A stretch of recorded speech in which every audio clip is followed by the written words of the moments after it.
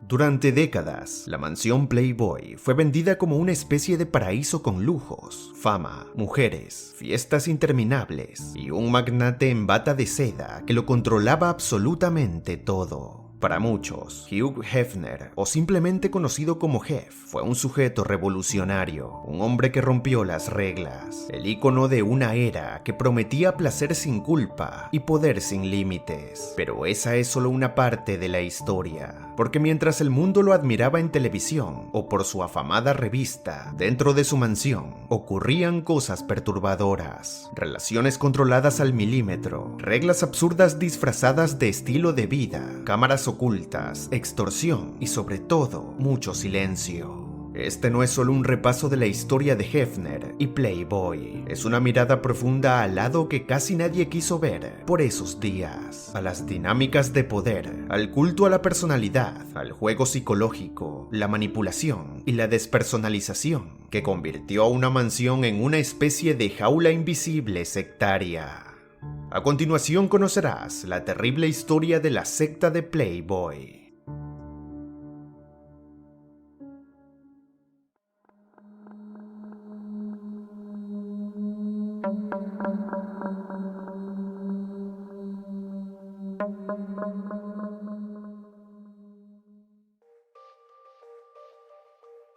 Hugh Marston Hefner nació el 9 de abril de 1926 en Chicago, Illinois, Estados Unidos. Fue uno de los dos hijos de una docente estricta y un profesional contable. Ambos eran cristianos metodistas sumamente devotos. Se comenta que el pequeño Hugh creció en un ambiente donde el afecto era casi inexistente. Según él mismo contó, su madre evitaba abrazarlo por miedo a malcriarlo. Aquella ausencia de calor y ternura moldeó algo profundo en su psiquis, una necesidad obsesiva de ser amado, deseado y obedecido. Desde niño se refugió en los dibujos, los cómics y la fantasía. No destacó en la escuela, a pesar de tener un coeficiente intelectual de 152. Era claro que lo suyo no era obedecer reglas, sino inventar las suyas propias. Entre 1944 y 1946, Hefner sirvió en el ejército estadounidense y fungió como redactor del periódico militar. Tras aquella aventura en el ejército, la madre de Hugh quería que su hijo se convirtiera en misionero religioso, pero él tenía otros intereses. Se graduó de psicología y posteriormente inició un posgrado en sociología, el mismo que no concluiría porque empezó a trabajar como redactor publicitario para una revista de infantes y luego para la revista Esquire, una revista refinada dirigida al público masculino. En 1952, Hefner decidió abandonar aquel empleo y aventurarse a crear una competencia directa para Esquire. Solicitó una hipoteca por $600 y recaudó $8,000 de 45 inversores, incluyendo a su propia madre, quien inicialmente no estaba muy convencida de que su hijo tendría éxito con aquel nuevo proyecto. Finalmente, en diciembre de 1953, Hugh Hefner publicaría el primer número de su nueva revista. Inicialmente se iba a llamar Stag Party, lo que se puede traducir como despedida de soltero, pero ya existía una revista con un nombre muy similar por esos días, así que un socio de Hefner decidió proponerle el nombre de Playboy.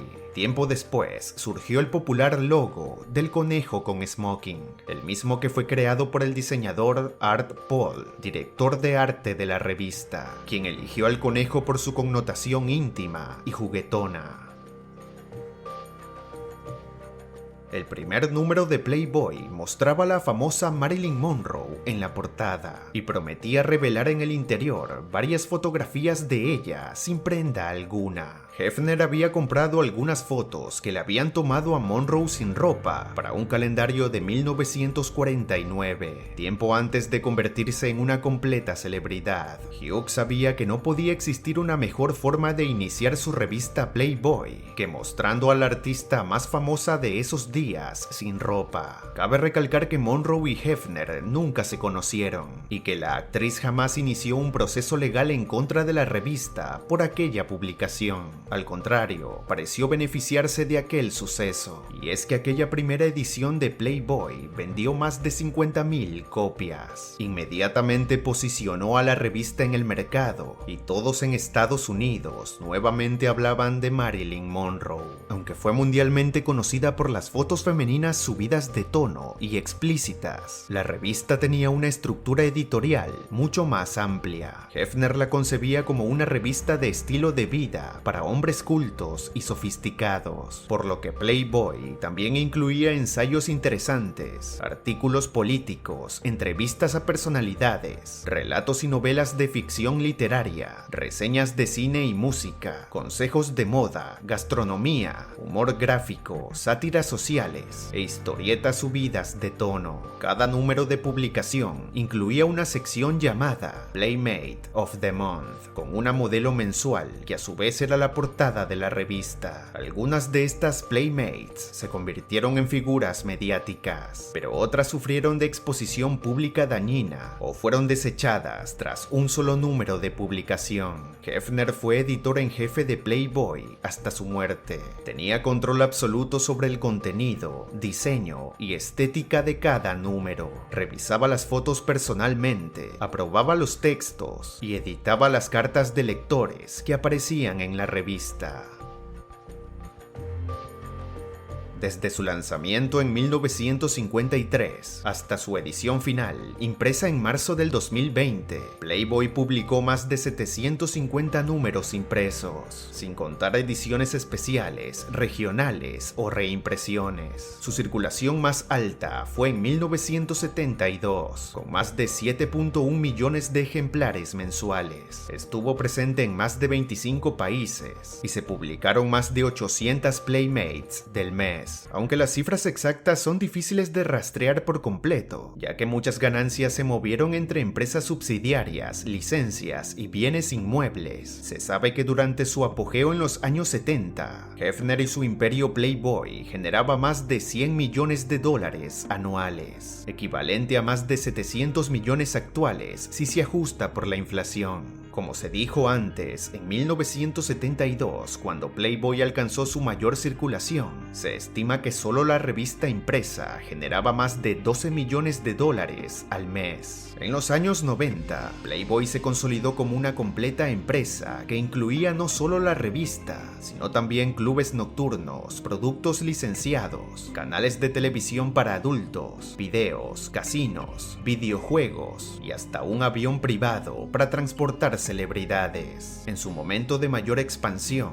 la empresa tuvo ingresos anuales superiores a los 300 millones de dólares. Hugh fue conocido por sus amigos simplemente como Hef, haciendo alusión a su apellido. En 1949 se casó con una mujer llamada Mildred Williams, con quien tendría 2 hijos. Antes del matrimonio, Mildred engañó a Hef con otro sujeto, así que por la culpa, la mujer dejaría que su esposo tuviera relaciones íntimas extramatrimoniales, y Hef se volvió sumamente promiscuo. Para 1959, Hef y su esposa se divorciaron legalmente, y el creador de Playboy se reinventó como un sujeto amante de la buena vida, las mujeres y los placeres carnales. Incluso llegó a admitir que había experimentado relaciones íntimas con hombres.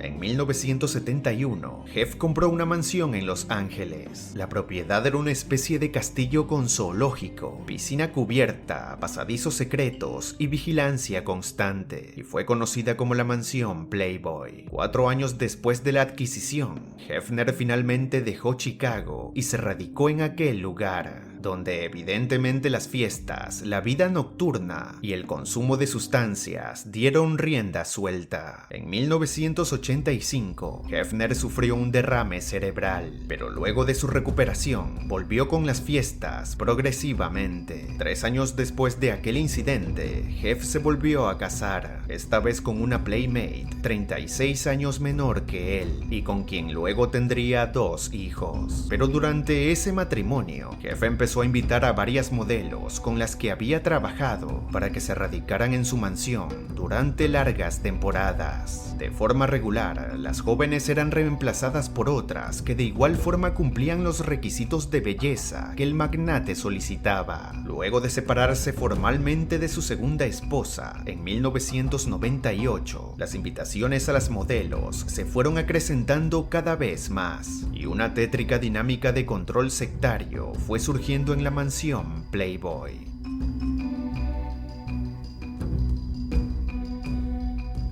Las modelos que se radicaban con Jeff eran conocidas como las novias o también como las conejitas. Inicialmente el apodo de las conejitas estaba destinado a las mujeres que trabajaban en los clubes nocturnos de Playboy, pero luego el sobrenombre se extendió a aquellas mujeres que vivían con Jeff en la mansión. Se especula que llegó a tener hasta 7 de estas novias de forma simultánea en su casa. Según el relato de varias modelos que pasaron por la mansión de Hefner y que rompieron el acuerdo de confidencialidad que debían firmar para poder vivir en la mansión, el magnate instaló un sistema de control emocional, físico e íntimo que funcionaba casi como una secta destructiva. Las mujeres que vivían con él tenían reglas estrictas, debían pedir permiso para salir, debían regresar a la mansión máximo a las 9 de la noche. Si alguna llegaba más tarde, era enviada a dormir en el patio. Debían ser 100% leales y fieles al magnate. No podían hablar si en algún momento Jeff estaba siendo entrevistado. No podían tener amistad con absolutamente nadie que él no aprobara. Y debían tener un encuentro íntimo grupal cada mes con Jeff y el resto de novias. A pesar de que Hefner usaba la famosa pastilla azul estimulante, solo podía sostener encuentros íntimos sin protección de hasta 2 minutos de duración con cada una de las novias. El magnate se aseguraba de que sus novias no tuvieran otros ingresos económicos fuera de Playboy y mensualmente las llamaba a cada una para que recogieran sus cheques mientras les reprochaba y las humillaba por cualquier error que según Jeff habían cometido. Todas las novias de Jeff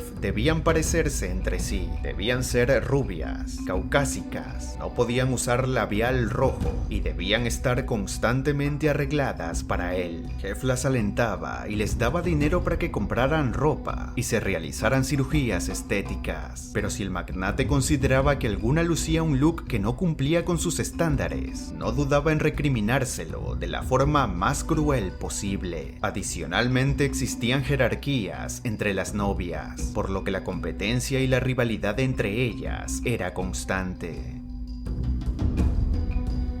En la reveladora miniserie documental Secretos de Playboy, estrenada en el año 2022, se comenta que Jeff organizaba reuniones llamadas Noche de los Cerdos, en las que invitaba a personalidades del mundo del entretenimiento. Aparentemente cada jueves, Jeff mandaba recoger a varias trabajadoras nocturnas para acercarlas hasta la mansión. Estas mujeres recibían chequeos rápidos de salud y se les daba un estupefaciente al que Jeff llamaba abrelabios.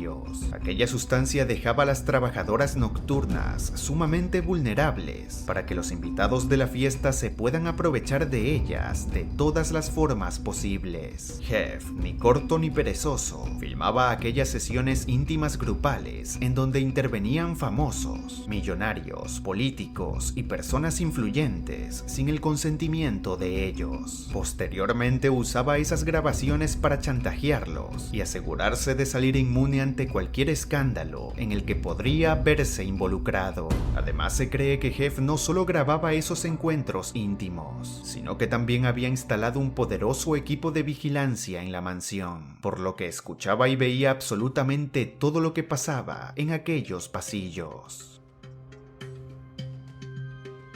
En el mismo documental, Sondra Theodore, expareja de Jeff, comentó que en una ocasión vio cómo Hefner se aprovechaba íntimamente de su propio perro. Ese mismo comportamiento bizarro se ratificó cuando PJ Maston, una de las conejitas más antiguas, vio cómo Hefner instaba a la actriz Linda Lovelace, quien estaba bajo los efectos del alcohol y los estupefacientes, para que practicara intimidad con un pastor alemán. Como datos adicionales, debo destacar que el famoso y polémico actor Bill Cosby inició su nefasto accionar como depredador íntimo en aquella mansión de Hefner, mientras que una de las novias principales de Hef, Holly Madison, ha mencionado en varias ocasiones que Hefner estaba completamente obsesionado por la figura y el carisma de Charles Manson. Mirándolo en retrospectiva, Madison cree que es muy probable que Hef haya estudiado minuciosamente la capacidad de persuasión que Manson tenía, para luego aplicarlo en las relaciones que tenía con sus múltiples novias. Y hablando sobre Charles Manson, comenta si te gustaría que pronto publique un documental sobre él y su secta en este humilde canal.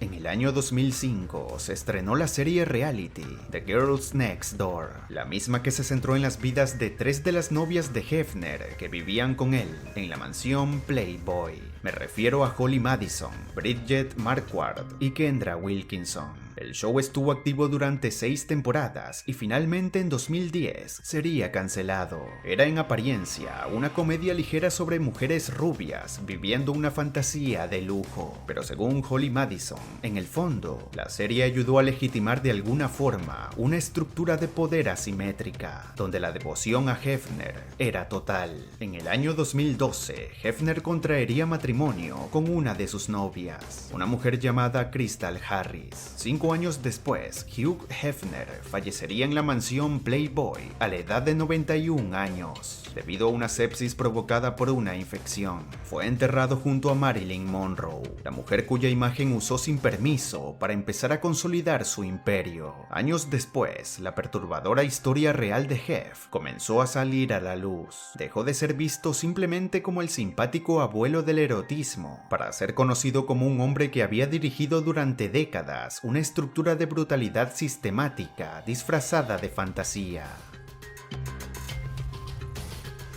Luego de la muerte de Hef, la marca Playboy entró en una fase de transformación radical. Pasó de ser el imperio personal de un hombre a convertirse en una empresa global que está intentando distanciarse de su polémico pasado. El accionista mayoritario pasó a ser el fondo de inversión Risby Traverse, y tras el polémico lanzamiento de la serie sobre los secretos de Playboy, redactó un comunicado en donde legitima las acusaciones hacia Hefner y ratifica sus esfuerzos en tratar de sepultar la antigua visión de Playboy.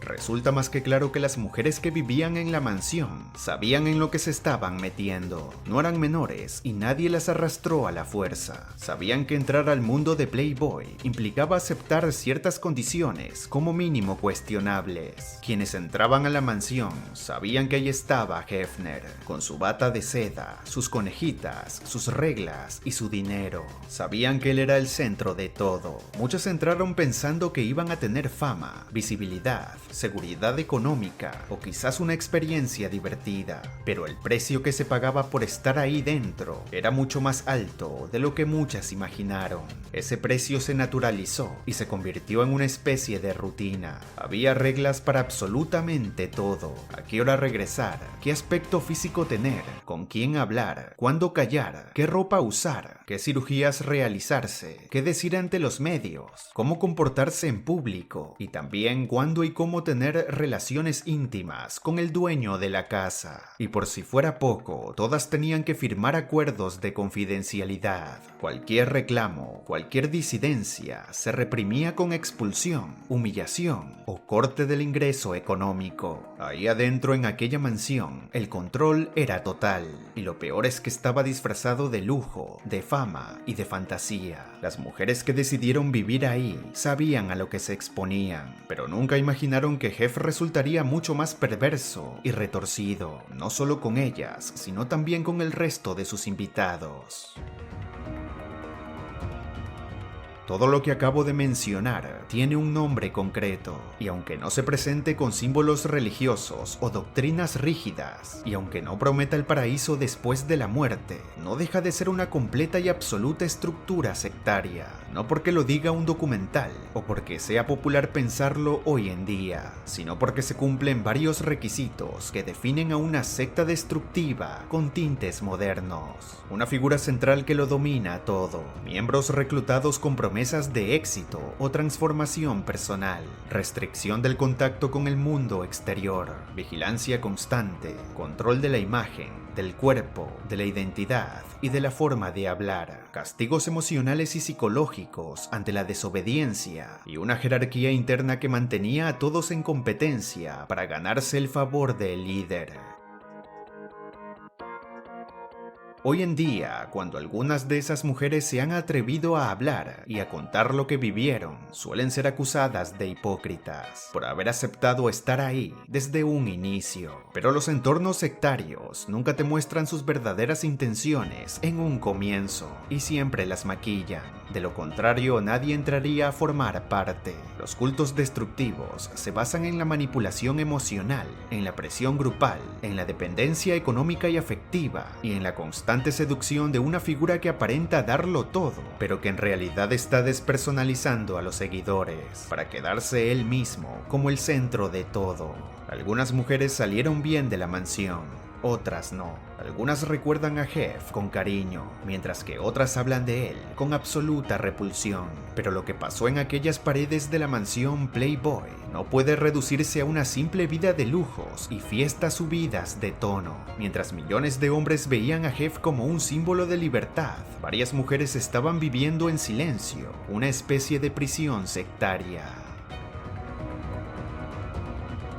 Quiero aprovechar este pequeño momento para agradecer al suscriptor Andrés Torres, quien realizó varias animaciones con el nombre del canal, las mismas que estás viendo en estos momentos en pantalla. Andrés también es músico, así que te insto a que vayas a ver sus excelentes animaciones y creaciones musicales en su perfil de Instagram, el mismo que puedes ver en estos momentos en pantalla y que además estaré dejando en la descripción de este humilde video. Gran saludo, Andrés. También quiero agradecer a los suscriptores Pablim Sempo, Juan Salgado, Shiva Vedic, Fabiana Raquel Paiva, Vaquero de Jalisco, Universal Marcos Inc., María Argel y Melkor 199, quienes me han dejado super gracias en los videos o donaciones en la cuenta de PayPal del canal. Recuerden que toda ayuda económica sirve de mucho para el crecimiento de este canal. Un agradecimiento especial a los miembros del canal, Mijail Mussorgsky, Yami Perso y Carmen Romanelli, quienes mensualmente contribuyen de forma económica a este proyecto. Agradezco también al resto de suscriptores por apoyarme y los animo a unirse al canal